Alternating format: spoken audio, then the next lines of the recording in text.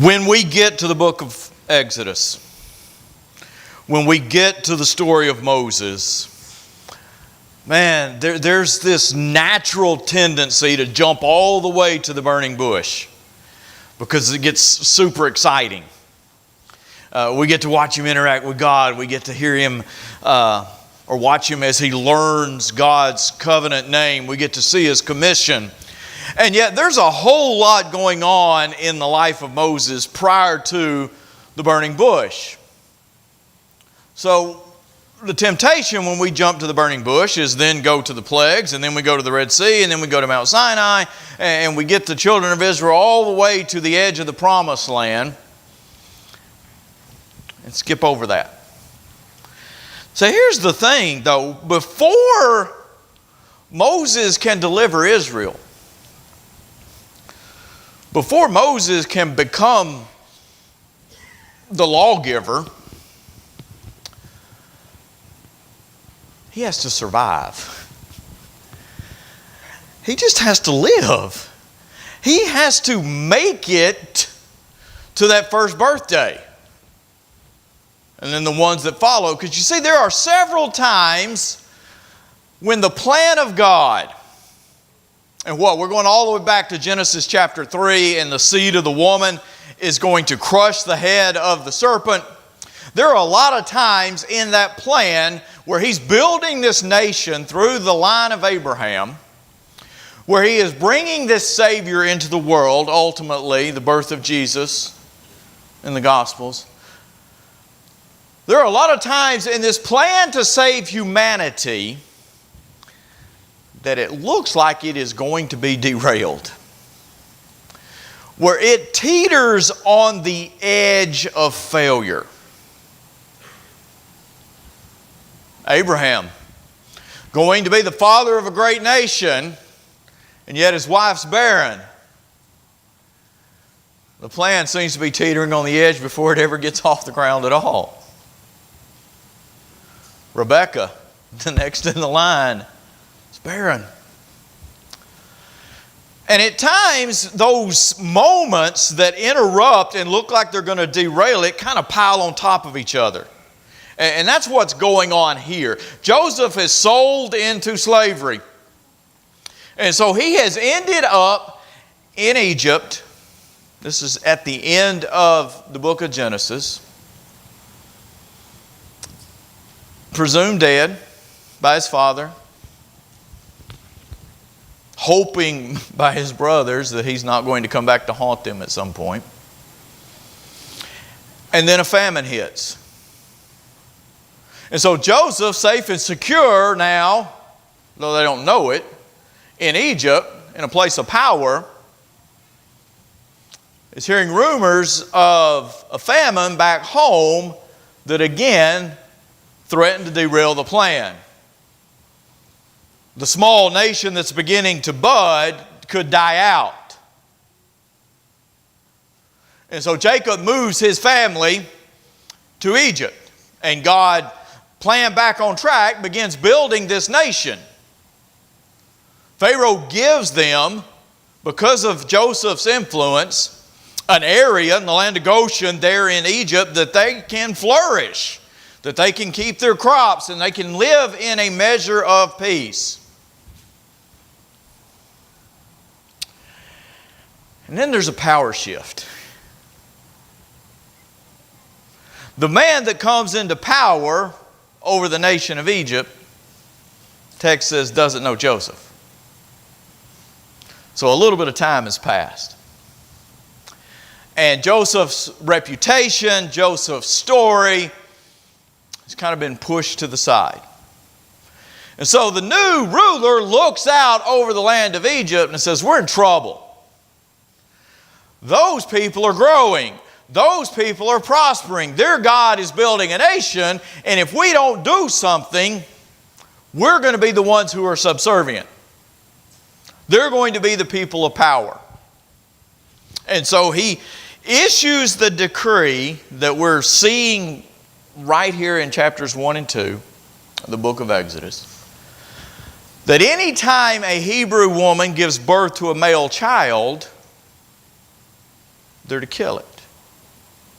He's not going to let them raise a nation of warriors. That's the time frame of Moses. It's after his sister's been born, after his brother Aaron has been born. He's 3 years younger than Aaron. So right about that time, there's this power shift. And now Moses just has to survive because he's in the plan. God has something for him to do. And this is so cool. God's answer to that hiccup, God's answer to that moment when the plan can be derailed, that solution that God has, is a dynamic bunch of mother figures that appear all of a sudden in the story, and they become, as important as Moses is, they become God's main characters for just a little bit. Because God's going to use them to do what He needs to do. In fact, in just 18 verses, the end of chapter 1 and the beginning of chapter 2 that we read earlier, in a matter of 18 verses, we see 4 different examples of coming into motherhood or taking on motherly attributes from 5 different individuals. That's dynamic. That's powerful. That's God pushing a whole bunch of stuff together at the exact same time to make it happen His way. So who said God's a chauvinist? God's using women all the way through the book. They're doing amazing things, especially in the role of mothering. This intervention, and we're about to get into the book. Remember, as I said, it's just 18 verses. But this intervention by God lets us see that motherly figures are not just biological. That they come in all shapes and sizes and ages and backgrounds, and they fill all kinds of different roles that end up overlapping to accomplish the same thing. And we get to see them step into their roles in different ways. Like I said, it's not all biological. Jochebed's going to give birth to a child, but she is going to, through the providence of God, to use several others to mother him. So let's go back. Let's read chapter 1, verse 15. The king of Egypt spoke to the Hebrew midwives. One of them named Shiphrah, the other was named Puah, and he said, when you're helping the Hebrew women to give birth and see them on the birth stool, if it is a son, put him to death. If it is a daughter, then she shall live. But the midwives feared God and did not do as the king of Egypt had commanded them, but let the boys live. The king of Egypt calls them on the carpet.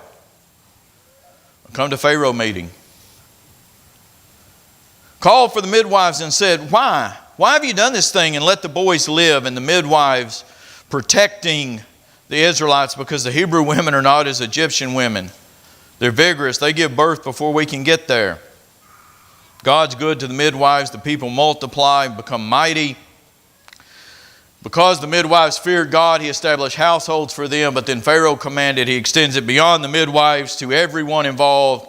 Every son who is born cast into the Nile, and every daughter you are to keep alive. And so right off the bat, when this edict comes down from the king to take the lives of these Hebrew boys, 2 Egyptians step into motherly roles. Shiphrah and Puah. You want to talk about making an impact on history? You're just a midwife in Egypt and yet you get your name in the book. Did you do something big? They're mothering the Israelite moms. We think of them just protecting the children. Well, they're helping mothers defy Pharaoh. So they're defying Pharaoh. They're helping mothers defy Pharaoh, so they're mothering them, they're protecting them, and then they're mothering the new babies as well. No, we can't do that. We fear God. We understand that what God has done in our nation and around us is bigger than what our, quote, gods do. And so we're going to respect Him over Pharaoh, and we're going to let them live. Their lives are on the line. You don't defy the king. You don't defy the Pharaoh. So they're putting their lives on the line and standing between Pharaoh and God's people. And they're not even their mothers. They're not even the same nation. They're not even part of the promise. And yet, they're motherly. Because that's what they do. Then chapter 2, verses 1 through 3, when we read earlier, we met a biological mother. A man from the tribe of Levi marries a woman from the tribe of Levi. And they've already had a daughter. They've already had a son. But the edict has come down, and so now under the new law, they have another child, and this one is also a boy. Jump ahead to chapter 6, verse 20, we learn that her name is Jochebed. Again, she got her name in the book. What'd she get her name in the book for? Because this is a woman of faith on par with Hannah. This is a woman of faith on par with any of the great women we study in the Bible. She protects the one marked for death. I want you to think about a parallel here. There's a statement made later on in the Pentateuch that God is going to raise up a prophet like unto Moses. And so we draw parallels between Moses and Jesus. When Herod passes his law to wipe out all the kids ages 2 and under, who's he going after? He's going after Jesus. Even though he really doesn't know it, when Pharaoh issues this law, he's going after Moses. Of all the children of Israel that he needs destroyed, it's this one. He needs to stop this young man from learning his heritage. He needs to stop this young man from becoming the leader of the nation of Israel and the deliverer and the lawgiver. And she protects the one that Pharaoh has marked for death, and by faith she hides him. Hebrews 11:23. This is not an abandonment. This is not her chickening out. Hebrews 11 verse 23, by faith Moses, when he was born, was hidden for 3 months. All right, so she's hiding him as long as she can in the house by his parents. Now both are involved, understand that. Because they saw he was a beautiful child. I highlighted that because it's actually a Hebrew idiom. We think of, oh, what a cute baby. It actually means that they have an inkling that he has a divine purpose in life. It's a Hebrew idiom meaning the child has a divine direction that he's going to go. And they were not afraid of the king's edict. So they're going to hide him in the house. And then this is huge. When she cannot hide him any longer, she puts him in a boat, in a basket. She takes some reeds and makes a floatable basket, covers it in much like the ark, tar and pitch so that it's waterproof, and she sets him in the Nile River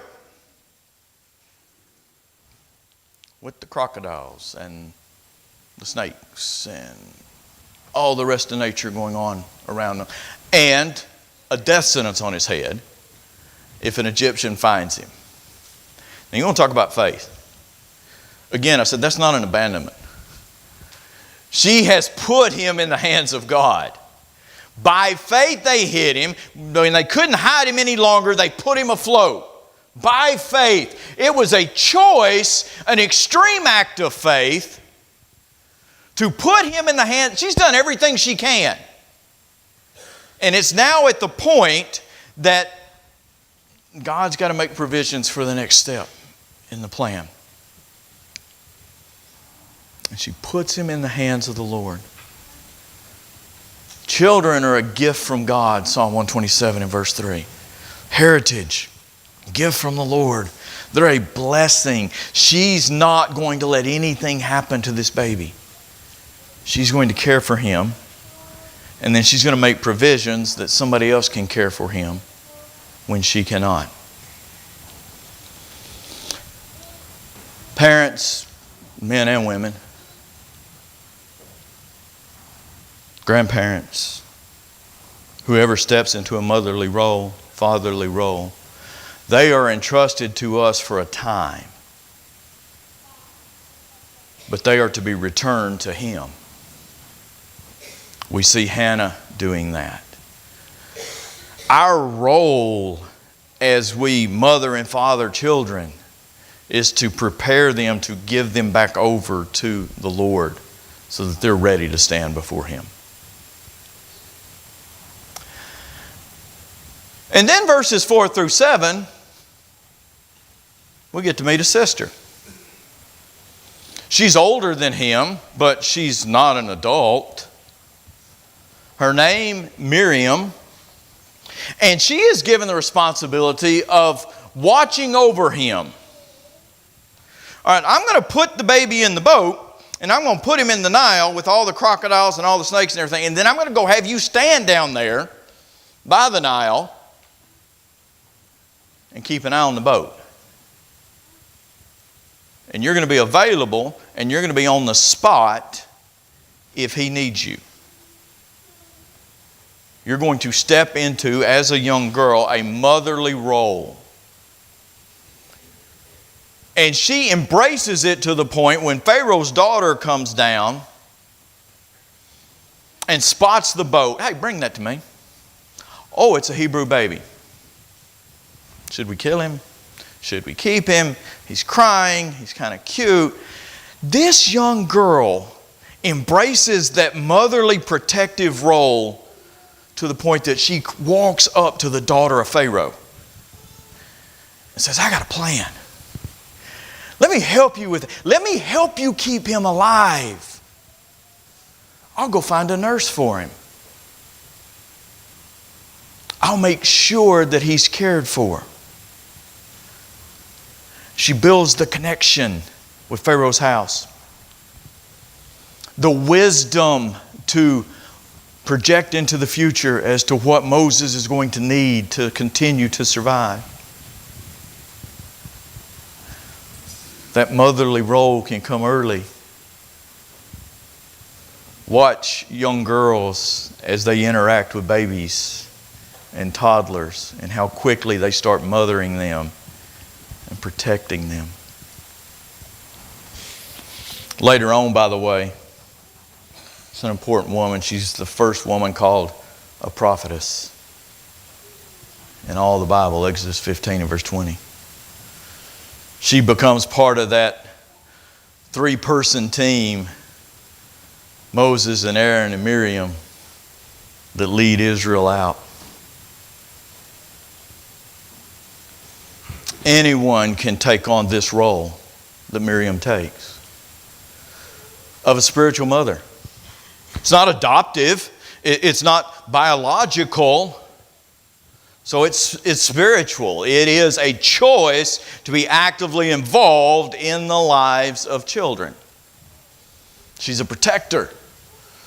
She's a mentor. In fact, she's making provision. Sometimes we don't think about this part. She's making provision for Moses to go back and be nursed by his mother and reared in a Hebrew home rather than an Egyptian home. And the term weaned there, we look at it with Samuel and we look at it in some historical documents, generally means up to around the age of 13. So it's not just the physical weaning, it's the idea of getting a child on his feet and preparing him. So he's going to be raised in his home long enough. And certainly that's just a projected number. We're not sure how long Moses stays in house. But he's there long enough that when he transitions into Pharaoh's house and he sees harm being done to the Hebrews, he reacts as a Hebrew. He doesn't react as an Egyptian. So he knows who he is. He knows the family connection. He knows the family line.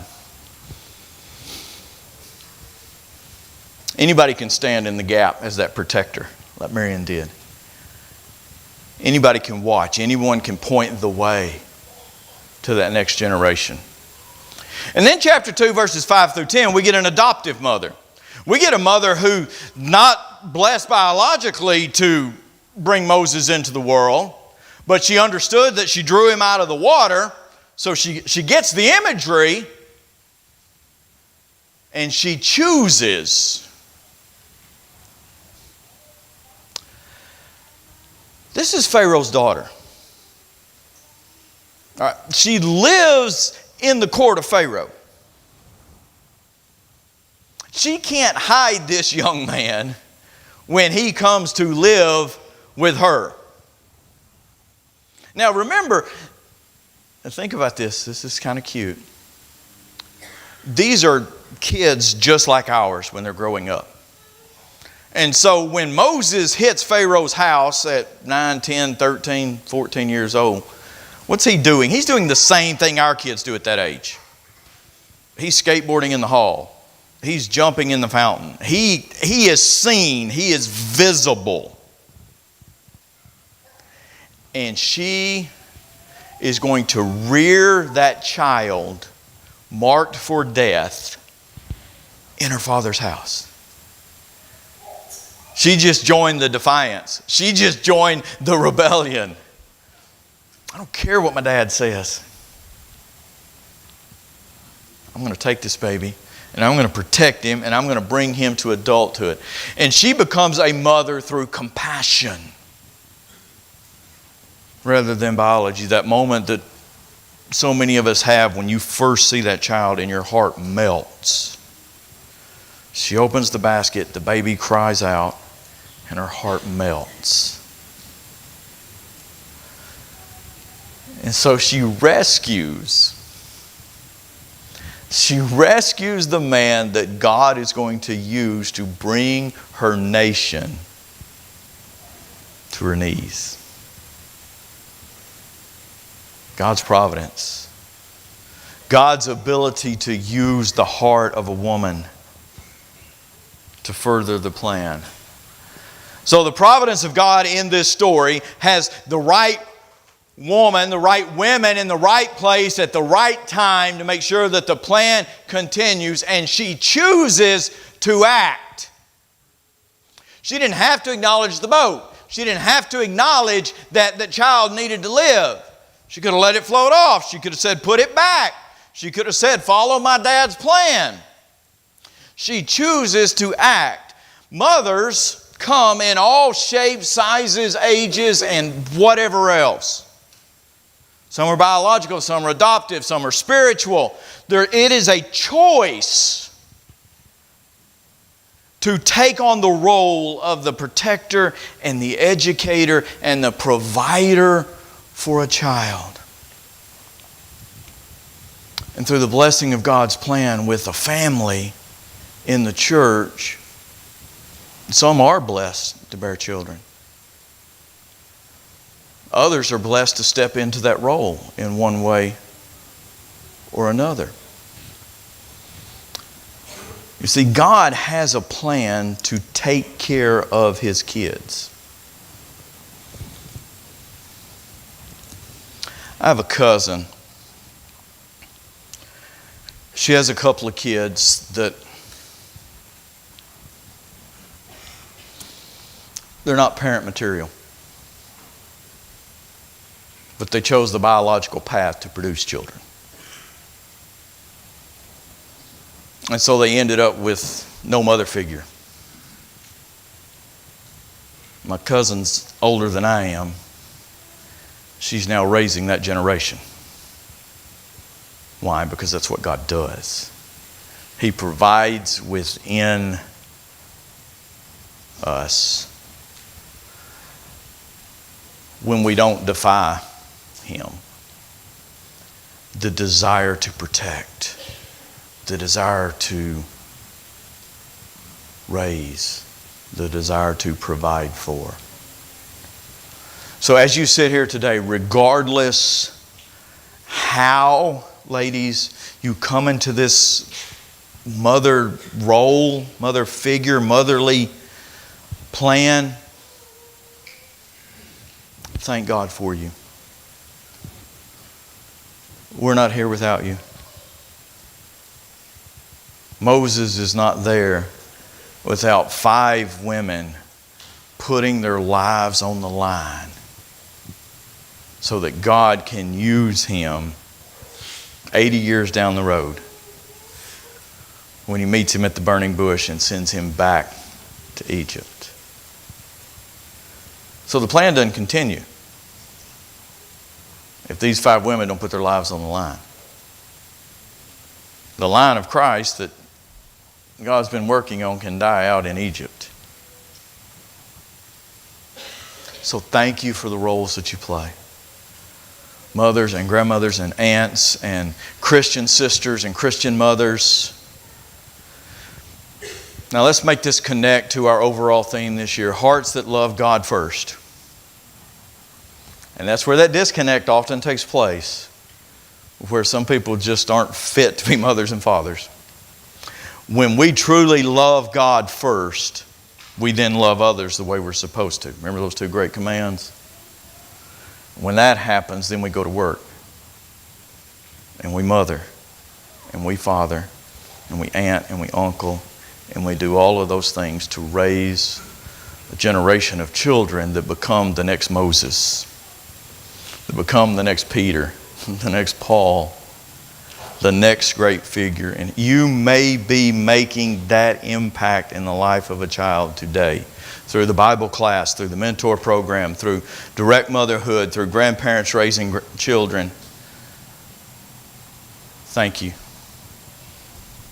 And keep up the good work. If somebody has mothered you to the point that, like Timothy, you have faith and you know it's time to act on it.